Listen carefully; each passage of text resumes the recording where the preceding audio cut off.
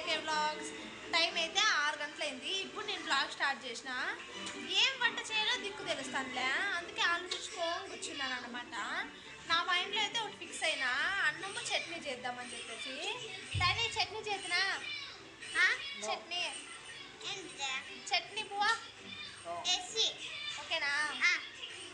మా వాడు ఓకే అన్నాడు. మా హస్బెండ్ ఈరోజు ఎంతసేపుకి వస్తారో మీకు అది కూడా వీడియో తీసి చూపిస్తా. ఫైనల్గా వంట అయితే చేస్తానా.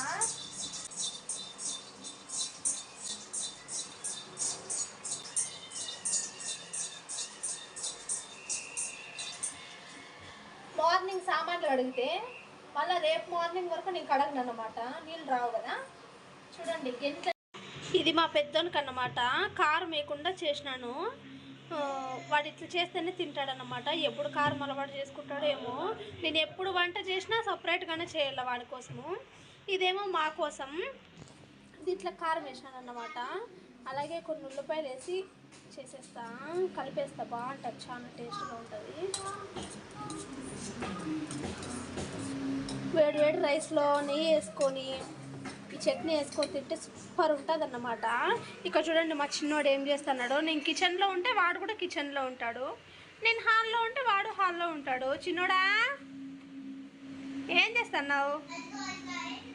అయ్యో, ఇక్కడైతే వేడి వేడి రైస్ కూడా అయిపోయింది. ఇప్పుడు మా పెద్దోనికి తినిపించేసి మా చిన్నోనికి తినిపించేసి ఇంకా నేను కూడా తినల్లా.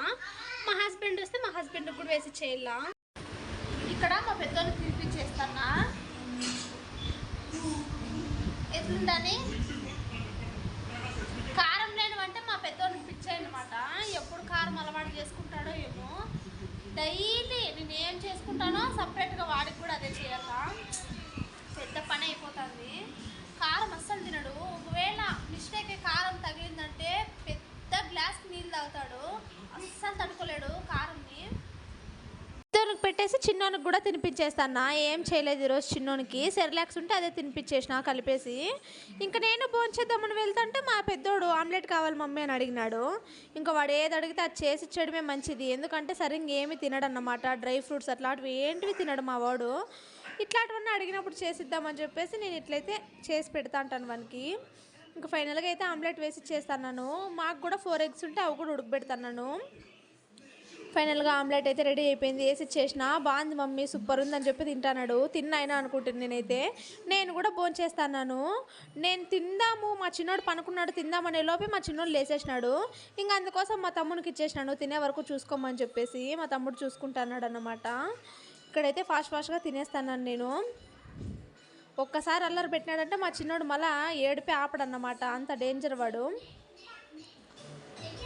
ఇంకా మా హస్బెండ్ కూడా రాలేదన్నమాట ఇంటికి. ఎంతసేపుకి వస్తారో ఏమో అని ఆలోచించుకొని తింటానని ఇక్కడైతే నేను.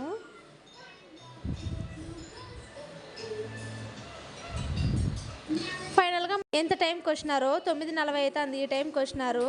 ఇంకా మా చిన్నోడు నాతో ఆటలాడుతున్నాడు. ఈ పొద్దు లేట్గానే పడుకుంటాడు అనుకుంటా, లేట్గా లేచినాడు కాబట్టి. ఇక్కడైతే ఆడుకుంటున్నాడు. ఈ వీడియో మీకు నచ్చినట్టయితే ప్లీజ్ సబ్స్క్రైబ్ చేసుకోండి.